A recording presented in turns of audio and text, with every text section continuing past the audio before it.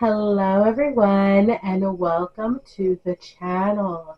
We are here to talk about the film Lisa Frankenstein. A misunderstood teenager and a reanimated Victorian corpse embark on a murderous journey together to find love, happiness, and a few missing body parts.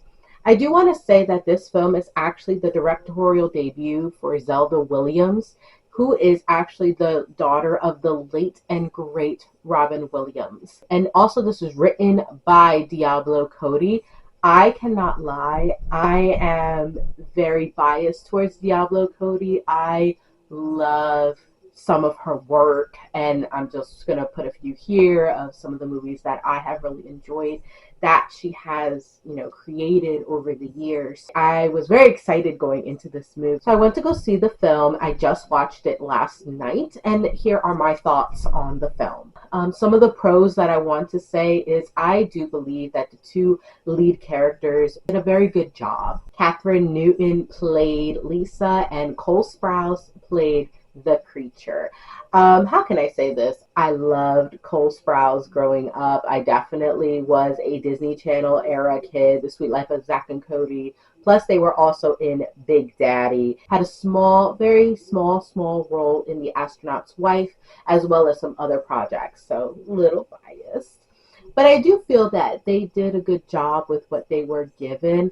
Lisa is a very dark, unique, and I'm also going to say a misunderstood character. She turned into the person that she did based on the people around her and the circumstances that were given to her. The creature, what can I say? Cole Sprouse basically has no lines in this movie. Everything he does is physical acting. The only line he's going to give out there is, really, that's the only line he is given. So most of his acting is really physical, and I do feel that they did a good job with what they were given. The side characters were actually very good as well. Carla Gugino, I had to seriously look it up.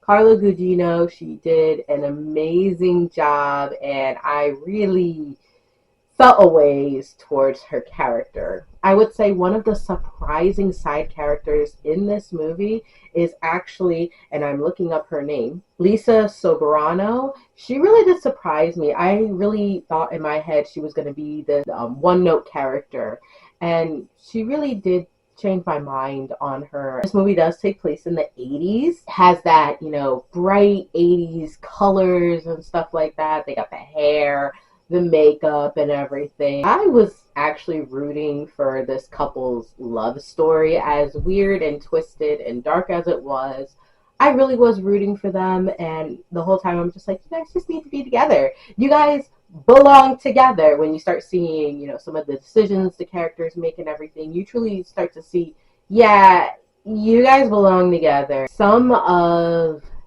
the cons of this movie, I didn't think it was a con for me, but it might be a con for some people. It's very campy.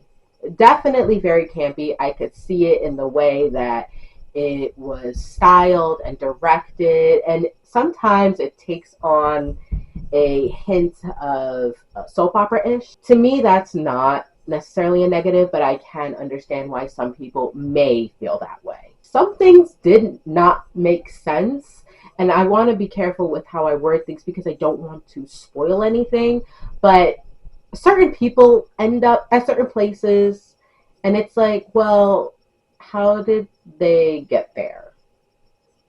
That did not make sense to me in some instances. The creature is very okay with being in the 80s, which isn't modern day to us, but for someone who grew up in the Victorian era, that would be such a culture shock.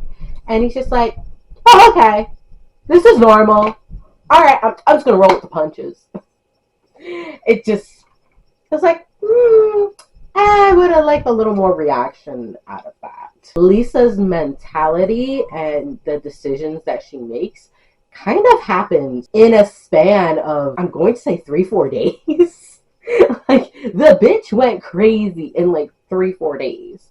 And there was something that tragic that very happened to her that, kind of was the basis for things, but it's just like, man, you really lost your mind really fast. I did enjoy the movie. However, I could see that the writing wasn't exactly top notch, but for the most part, I did like how the story progressed and everything, even if it was a little too fast. I will definitely say that this movie is a good time. Kind of felt I knew what I was getting into, and I got what I wanted out of it. So I don't really dislike the movie. I know a lot of people might not like this film and stuff. I did like how they, took a different twist on the Frankenstein story. And they put in, a very twisted love story in it. Overall, I'm gonna say this movie is a 3 out of 5. I think it is fair to say that with the way some of the writing is, it wasn't exactly up to par. Certain characters just react to certain situations, and I'm just like,